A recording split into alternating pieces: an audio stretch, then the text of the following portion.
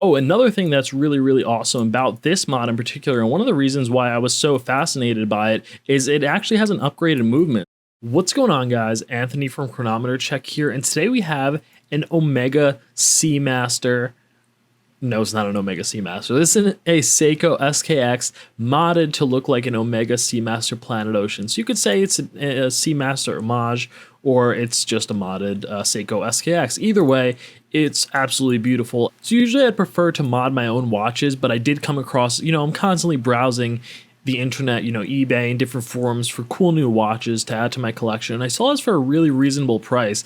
And it was like, well, I'm gonna mod an SKX anyway, so might as well just, for the price, might as well just pick it up. Now, it's not perfect. It definitely has seen some better days. It's not in the best of condition, which I'll talk about later, but it is a really sweet looking mod. So what I want to talk about today, aside from the watch itself, I will get into the specs and, the upgrades that have been done to it, but just kind of how much it can cost you if you were going to mod a SKX of your own. Now, of course, every mod is different. You're going to use different parts, and it's going to come out a little bit different, as well as the final price is going to be, of course, a little different depending on the parts you go for, the style, the seller that you get them from, and etc. So, but this is just going to at least give you a general ballpark figure. And of course, if you want to do this mod, the exact same Seamaster Planet Ocean mod, then of course this will give you a really good estimate of how much you're going to pay. So we're going to take a look at the watch and break down each of the parts, and I will have kind of like a full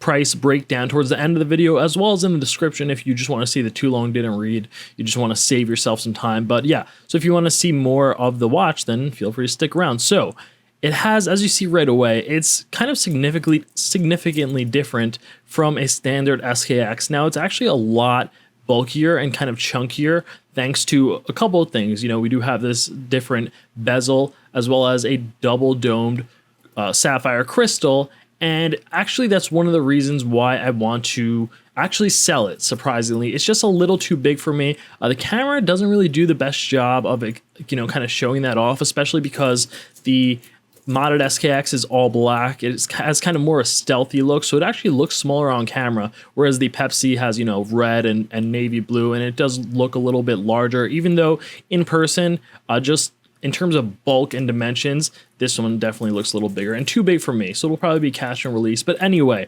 so it does have this coin edge bezel from 1 second closer. It's really nice. I really like it. It has really good action. Like, you can just grab it with your fingers. You can get really good grip on it, and it turns so easy. Now, it is a little bit wobbly. I didn't do this mod myself. I bought it from a guy off eBay. He seemed like a really nice guy, and everything, I asked him a bunch of questions, kind of grilled him a little bit, and he seemed to have, have really good knowledge and stuff, and it looked like a really well done mod. So the one gripe I would say about this mod that wasn't done so well is the bezel feels a little bit like there's a lot of, when I push it down, there's a little bit of a gap there, and I could kind of feel it moving around a little bit. But in terms of clicking and the actual action is really good. There's a little bit of backplay, but not any more than a standard SKX, but it just feels so good. This bezel is absolutely great. I love it. The insert, I believe, is also from 1 second closer, though he mentioned it was on eBay, but I did see the same bezel insert on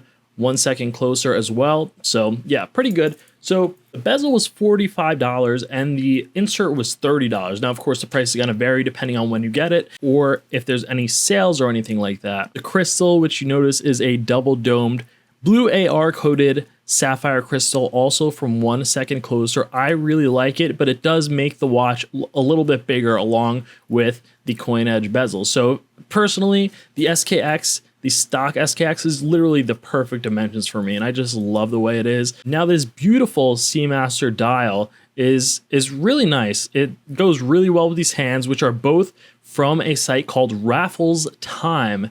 And this is not a sponsored video or anything. This is just where the parts were sourced from. And the hands are just absolutely amazing. They're finished really well. I don't know if the camera's picking it up, but if you just look at the level of finish in the hands, they kind of glisten and glimmer a lot more. They're kind of a little bit more blingy than the stock SKX hands, and I really like that. And they just look great and make the watch pop off because it does have just painted embassies, doesn't have applied embassies, so it can look a little bit flat, kind of almost a little dull and boring in some lighting and some angles. But yeah, so that definitely helps, as well as the polished chapter ring, which I actually don't know where the chapter ring is from. He actually didn't mention. That was the one thing he left out, but not a big deal. You get most chapter rings for like 15 bucks. This one has kind of like etched lines for markings, and usually you see either kind of just like a plain Jane polished or rush chapter ring. Doesn't matter, you get them for about $15. Oh, another thing that's really awesome about this mod in particular, and one of the reasons why I was so fascinated by it,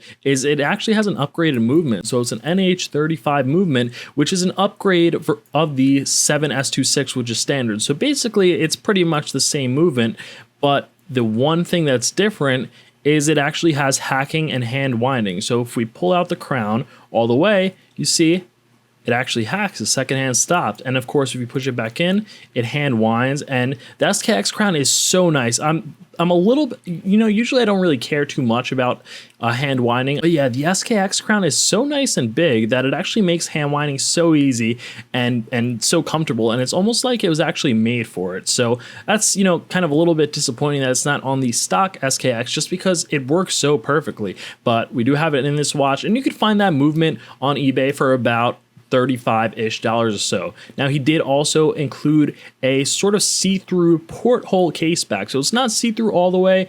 Personally, I would have preferred a more see-through caseback, just a wide open see-through caseback, but this is kind of an interesting, almost very unique diverish style, and it almost looks like you see how the depth in the watch itself is there. It's like a very deep watch, if that makes sense, and it kind of almost looks like a porthole or something like that, and it kind of, you get that same feel with that caseback. I do love see-through casebacks, even on divers. I love it, even with crappy, ugly movements. I don't care. I love see-through casebacks.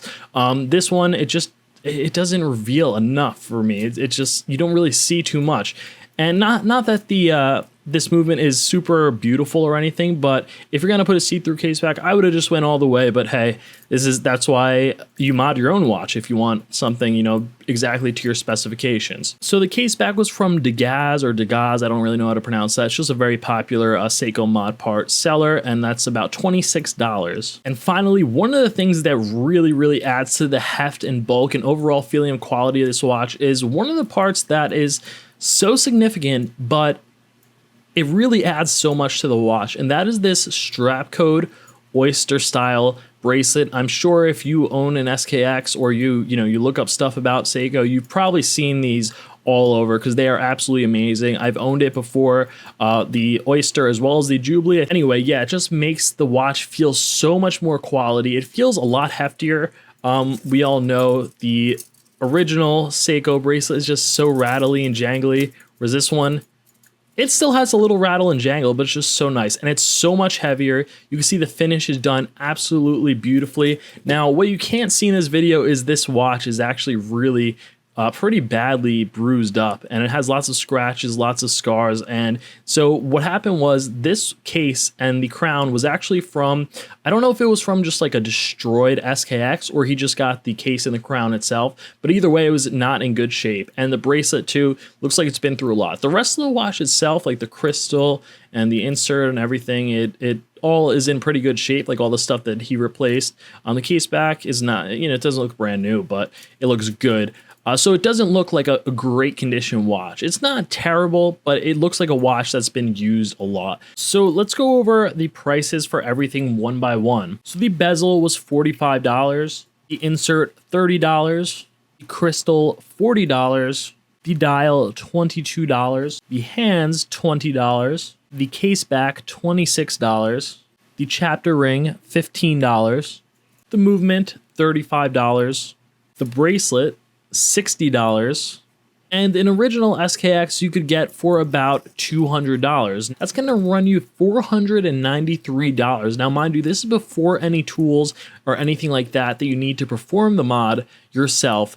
But yeah, definitely not cheap, but I mean, you don't have to go this crazy. You don't have to go all out. You could just mod a couple of things. And if you're gonna actually just change out a couple of things without going all the way, I would say the bracelet is really the #1 thing that really changes the look or feel of a watch, and especially for this type of bracelet. Now, I love my SKX009 Jubilee. Like, I really love it. I think it works perfectly. I think the size, I've owned a Strapcode Jubilee and it's great. It's amazing. It's great quality, but this one just, I don't know, it's even a little bit smaller and I think works so well with the cushion case and the way it's sized, and I think it's just perfect. But if you just want something beefier, of course, you can always upgrade. So I would say that's number one. Next, I would say the Sapphire crystal. Now, you don't have to get a dome sapphire crystal. You could get just a flat sapphire crystal, and what's going to happen is it's going to be a little, you know, it does have, usually they do come with anti-reflective coating, so usually they're a little bit more clearer during the day and sort of legible and stuff like that. Now, I do have my studio lighting, and I use that term very loosely because I would not consider this little rig a studio by any means. But yeah, you know, I do have kind of an artificial lighting setup that's not really giving a true reflection of how the crystals would reflect light. But yeah. And then next up, I would say maybe a ceramic bezel insert, but it depends, because an aluminum bezel insert that comes with the watch is actually much more prone to fading and getting a nice patina, and that's actually what I'm looking forward to with this SKX. I actually want the aluminum bezel to fade, whereas well, this one's actually aluminum as well, but you can get a ceramic, and a ceramic bezel is not going to fade and get a nice patina over time. But that's really the cool things about modded watches. You could kind of pick and choose whichever parts you want, make it super custom to you. And yeah, so that's about it, guys. I hope you did enjoy this little recap of this Seiko SKX Planet Ocean. I will have a full review on the blog down below, kind of just explaining the parts a little bit more and just a more in-depth parts list and where you could get all the parts and stuff like that. But yeah, so this, again, I absolutely love it, but it's just a little too big and bulky for me, and I think it's probably going to be a cash and release, honestly, but still cool and just really cool to get my hands on it. Don't forget to leave a like if you did enjoy and subscribe for more videos in the future. Thanks for watching.